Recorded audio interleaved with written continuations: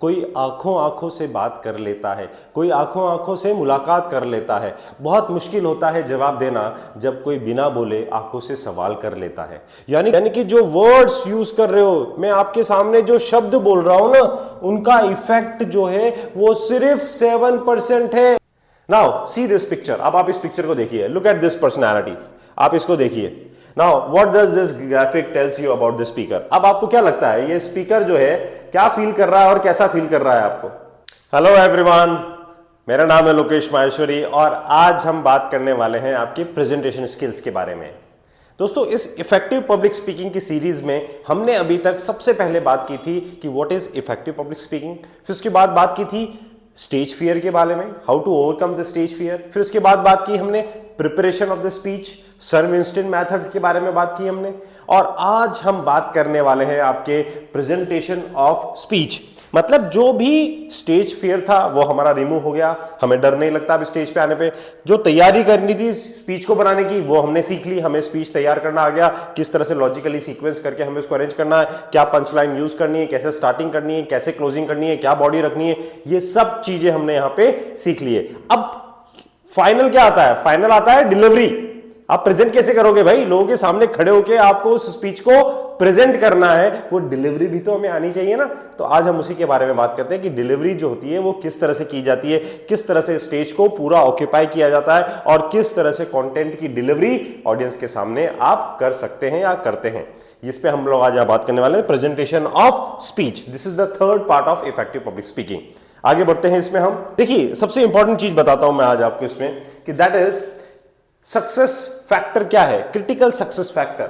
हम जितना भी कम्युनिकेशन करते हैं, मतलब आप जिससे भी बात करते हो, जो भी बात आप सुनते हो या जो भी आप बात बोलते हो किसी को भी, उसमें किस चीजों का कितना रोल होता है। मतलब कम्युनिकेशन, कम्युनिकेशन का मतलब होता है जब आप अपने आइडियाज, अपने थॉट्स को किसी और को कन्वे कर रहे हो और वो उसी फॉर्म में उसको रिसीव कर रहा है, उसको कम्युनिकेशन बोला जाता है। और आप भी उसके आइडियाज को उसी फॉर्म में समझ रहे हो, रिसीव कर रहे हो, उसको हम कम्युनिकेशन बोलते हैं। अब कम्युनिकेशन जो होता है ना, बेसिकली देखिए जो वर्ड्स हम लोग यूज करते हैं, ये बहुत इंपॉर्टेंट चीज बता रहा हूं मैं आपको, ध्यान से सुनिएगा मेरी बात को, कि यानी कि जो वर्ड्स हम लोग यूज करते हैं उसका रोल आपके कम्युनिकेशन में सिर्फ और सिर्फ कितना परसेंट होता है? 7%।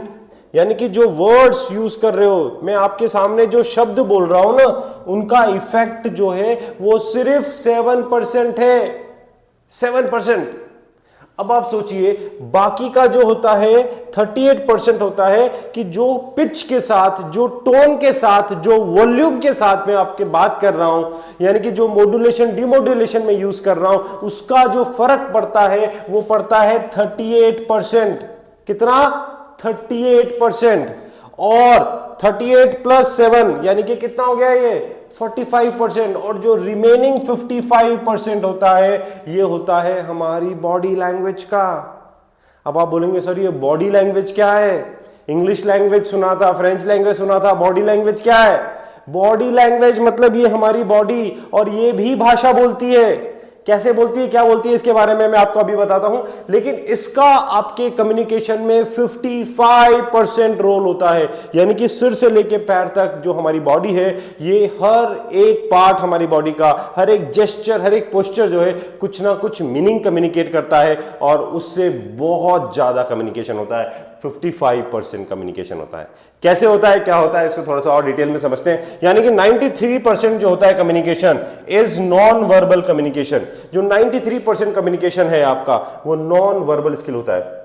93% of all communication is non verbal skill. यानी कि 93% जो कम्युनिकेशन है वो नॉन वर्बल स्किल्स का है। तो इतना ज्यादा काम करता है ये non verbal skills. Let us understand, इसको थोड़ा सा और ढंग से समझते हैं हम लोग। नॉन वर्बल कम्युनिकेशन क्या होता है? देखिए, वर्बल मतलब जो बोल के कम्युनिकेट किया जाता है, नॉन वर्बल जो दूसरे तरीके से बिना बोले आप अपने जेस्चर से, अपने पोस्चर से, अपने हैंड मूवमेंट से, अपने फेशियल एक्सप्रेशन से जो हम कम्युनिकेट करते हैं वो होता है हमारा non verbal communication. Right, let us understand this. इसको हम और समझते हैं कि बॉडी लैंग्वेज क्या होती है। सबसे पहले तो हम समझते हैं बॉडी लैंग्वेज। देखिए क्या होता है कि हमारे बॉडी का हर एक पार्ट जो है ना कुछ मीनिंग रिफ्लेक्ट करता है। आप अपने हाथों को कैसे टर्न कर रहे हो, आप अपनी आईज को कैसे रोल कर रहे हो, आप अपने फेस को कैसे बना रहे हो, क्या जेस्चर के साथ आप बात कर रहे हो, आपके स्माइल कैसी है, आपका देखने का तरीका कैसा है, हर चीज का कुछ ना कुछ मतलब निकल के आता है और उसी को हम बॉडी लैंग्वेज बोलते हैं। आप कैसे खड़े हुए हो, आप कैसे देख रहे हो, आप किस तरह से बैठे हो, हर चीज का कुछ ना कुछ मीनिंग निकल के आता है और उसी को हम बॉडी लैंग्वेज बोलते हैं। तो body language is the communication of personal feelings, emotion, attitude through your body movements, gestures, postures, facial expressions, walking style, position and distance. It is not only your tongue you communicate but with your, मतलब ना सिर्फ हमारी जुबान communicate करता है, but each and every part of your body communicate certain meaning, यानी कि कुछ ना कुछ मीनिंग वो भी कम्युनिकेट करती है। और अगर जब हमारे वर्ड्स हमारी बॉडी लैंग्वेज से कॉम्प्लीमेंट नहीं करते हैं ना, तो वहां पे मिसकम्युनिकेशन होता है, मतलब वहां पे कंफ्यूजन क्रिएट होता है, राइट। तो ये बहुत इंपॉर्टेंट है, तो बॉडी लैंग्वेज को समझना बहुत जरूरी है दोस्तों। लेट्स सी, अब इसको थोड़ा सा और डिटेल में बात करते हैं, बहुत मजेदार चीज है। Types of body languages, remember that you are dealing with people, आप लोगों से डील कर रहे हो, जहां पे इमोशंस का एक्सचेंज होता है। यहां पे हम क्या करते हैं, थॉट्स और आइडियाज तो हम एक्सचेंज करते हैं, लेकिन यहां इमोशंस का भी एक्सचेंज होता है। तो यहां पर आप लोगों से डील कर रहे हो, ये आपको ध्यान रखनी है बात, और यहीं पे बॉडी लैंग्वेज बहुत ज्यादा काम करती है। आपकी पॉजिटिव बॉडी लैंग्वेज आपको पॉजिटिव रिजल्ट देगी, आपकी नेगेटिव बॉडी लैंग्वेज आपको कभी भी रिजल्ट फेच करके नहीं देगी, यानी कि कभी भी रिजल्ट आपको लेके नहीं आएगी वो, right. Let us understand it more, इसको थोड़ा सा और समझते हैं। यहां पे कुछ बात करते हैं कि बॉडी लैंग्वेज किस टाइप की होती है। Postures and gestures, first, how do you use your hand gestures, आप अपने हाथों को कैसे यूज करते हो। आपने कभी देखा है कोई सेल्समैन जब कुछ चीज बेचने आता है तो कितने हैंड जेस्चर्स को यूज करता है वो ये दिखाता है कि भाई जो प्रोडक्ट मैं आपको दिखा रहा हूं, जो सर्विसेज मैं आपको दिखा रहा हूं, ये बेस्ट है, इसमें कुछ भी गड़बड़ नहीं है, और मैं बिल्कुल सबको चीजें साफ साफ और ओपनली सच बता रहा हूं आपको सारी चीजें, और आपको इस चीज को मानना चाहिए। तो ये जो जेस्चर्स, हाथ हैंड के मूवमेंट्स होते हैं ना, ये बहुत सारा मीनिंग कम्युनिकेट करते हैं, राइट। तो हमें हैंड मूवमेंट्स को कैसे यूज करना है हमारी स्पीकिंग में, ये हम यहाँ पे पोस्चर्स एंड जेस्चर्स में देखेंगे। उसके बाद आता है eye contact.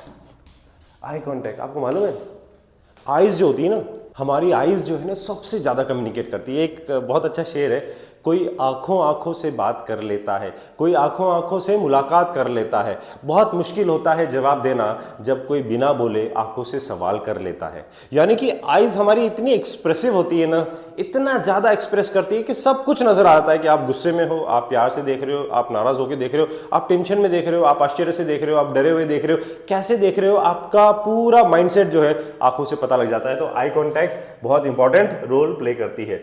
Next we have is orientation, how do you position yourself, आप अपने आप को किस तरह से खड़े करते हो।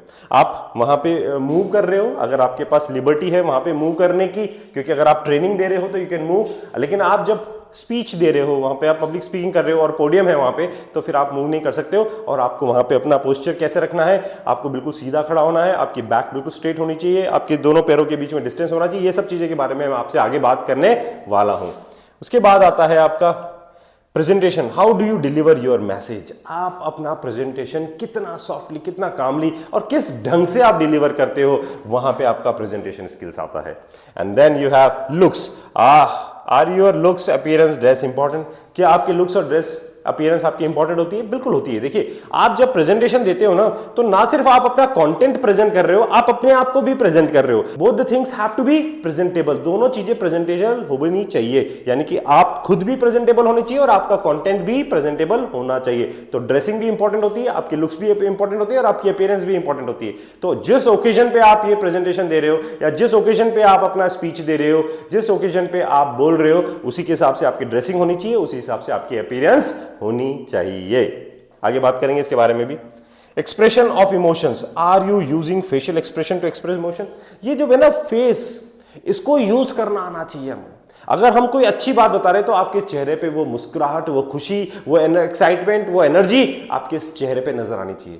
लेकिन ऑन द अदर हैंड अगर आप कोई टेंशन वाली बात बता रहे हो, कोई दुख वाली बात बता रहे हो, कोई खराब बात बता रहे हो, कोई सैड न्यूज दे रहे हो, तो फिर वहां पर आपके चेहरे पे वो टेंशन, वो गंभीरता, वो इमोशन आपके चेहरे पे नजर आने चाहिए, क्योंकि आपके वर्ड्स आपके चेहरे को कॉम्प्लीमेंट करने चाहिए। उसके बारे में भी हम आगे बात करेंगे। So these are the points, ये होते हैं आपके टाइप्स ऑफ बॉडी लैंग्वेज जो हमारे स्पीच के टाइम पे, यानी कि जब हम स्पीच देते हैं तो वहां पर ये सब चीजें बहुत काम आती है।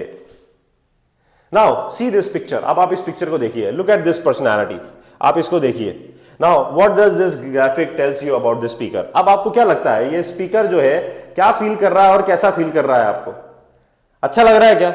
अगर आप खड़े हुए हो, ऑडियंस बैठी हुई हो और आप इस तरह से कर रहे होंगे तो क्या इमेज जाएगी आपका, क्या मतलब कन्वे होएगा, बता सकते हैं आप मुझे? कैसे लगेगा आप अगर इस तरह से खड़े होंगे? तो आपकी बॉडी लैंग्वेज देखिए, आप पूरा झुके हुए हो, आपके पैर जो है वो शिवरिंग कर रहे हैं, आपका चेहरे पे जो है ना हवाइयां उड़ी हुई है, आपके फेशियल एक्सप्रेशंस में बैंड बजे हुए हैं, साफ साफ दिख रहा है कि आपको डर लग रहा है, सब कुछ हो रहा है। ऐसा हमें नहीं बनना है। हमें हमारी बॉडी लैंग्वेज को बिल्कुल पॉजिटिव रखना है, हमारी बॉडी लैंग्वेज को कॉन्फिडेंट अपीयर कराना है कि सबको लगे यार क्या पर्सनैलिटी है, यार क्या बोलते हैं यार। That is body language. कैसे करना है इसके बारे में भी हम बात करेंगे दोस्तों। Your presentation, making the presentation interesting. अब आप जब भी प्रेजेंटेशन देते हैं, कुछ भी स्पीच देने जा रहे हैं, तो आपको उसको इंटरेस्टिंग बनाना चाहिए। इंटरेस्टिंग कैसे बनाएंगे? सबसे पहले तो वो इंफॉर्मेटिव होना चाहिए, उसमें कुछ वैल्यू होनी चाहिए, मतलब कुछ इंफॉर्मेशन होना चाहिए, ऐसी चीज जो शायद ऑडियंस ने पहले नहीं पता है, या कुछ नया, कुछ यूनिक, कुछ डिफरेंट जो शायद बहुत कॉमनली लोग नहीं जानते हैं, वो चीज आपको उसके अंदर जरूर से डालनी है। हमेशा ध्यान रखिए, कुछ नई बात बताएंगे तो ऑडियंस हमेशा क्यूरियस होकर आपकी बात को सुनना पसंद करेंगे। सेकंड इज फन, उसमें थोड़ा सा ह्यूमर भी होना चाहिए, फन होना चाहिए, हल्का सा लाइट ह्यूमर होना चाहिए। तो लोग क्या होता है, बहुत मतलब लाइट मूड में बैठ के आपकी बात को सुनते हैं और मानते हैं, तो उसमें हल्का सा फन भी होना चाहिए। वैरायटी होनी चाहिए, कुछ डिफरेंट चीजें होनी चाहिए। एक ही चीज को नहीं पकड़ के रखना चाहिए हमें, कुछ डिफरेंट चीजें होगी ना, फ्लेवर मिलेगा लोगों को, अलग अलग चीजों का फ्लेवर मिलेगा और लोगों के अंदर एक्साइटमेंट बना रहेगा कि अब क्या नेक्स्ट आएगा, अब क्या अलग आएगा, क्या डिफरेंट आएगा। दैट इज तो वैरायटी होनी चाहिए। एनर्जी होनी चाहिए भाई, आपके अंदर एनर्जी होगी ना तो ऑडियंस के अंदर एनर्जी नजर आएगी आपको। अगर आप ही ढीले बन के बनेंगे तो ऑडियंस आपको कभी भी सुनने वाली नहीं है। जो नेता होता है या जो स्पीकर होता है उसके अंदर एनर्जी होगी तभी तो ऑडियंस के अंदर एनर्जी आप डाल पाओगे, राइट। एंड ऑडियंस इंटरैक्शंस, और जितना ज्यादा आप ऑडियंस से इंटरैक्ट करेंगे, कभी कभी देखिए जरूर होती है कि हम ऑडियंस से इंटरैक्ट नहीं कर पाते हैं, लेकिन आप इंटरैक्ट करेंगे तो ऑडियंस आपसे जुड़ी हुई रहेगी। आपने कभी भी कितने भी बड़े बड़े स्पीकर्स को आप देखिए, मैं एक एग्जांपल देता हूं नरेंद्र मोदी जी का।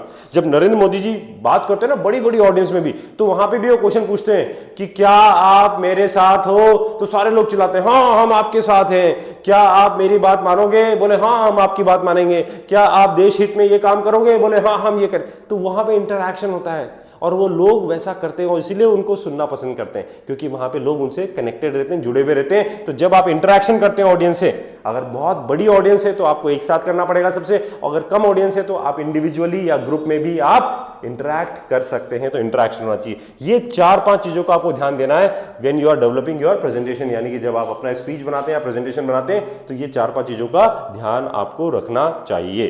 Got it? ओके। अब देखिए फेशियल एक्सप्रेशन के बारे में बात करते हैं। जब हम खड़े होकर बोलते हैं तो हमारे फेशियल एक्सप्रेशंस कितना मायने रखते हैं और कितना अलग अलग मैसेज कन्वे करते हैं।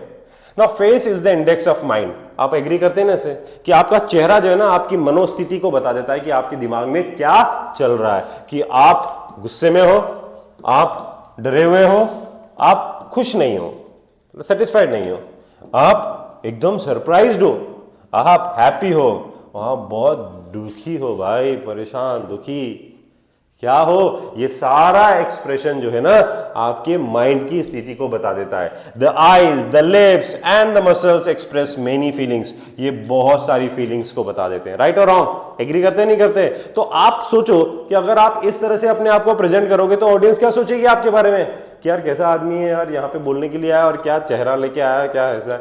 ऐसे नहीं करना है, हमें बहुत पॉजिटिव रहना है और बहुत एनर्जी के साथ हमें अपना प्रेजेंटेशन वहां पर देना है, अपना स्पीच वहां पे देना है। देखिए कुछ एक्सप्रेशंस मैं आपको यहां पे दिखाता हूं। ये जो है न्यूट्रल एक्सेंट, न्यूट्रल है, आदमी के फेस पे कोई एक्सप्रेशन नहीं है, दिस इज न्यूट्रल।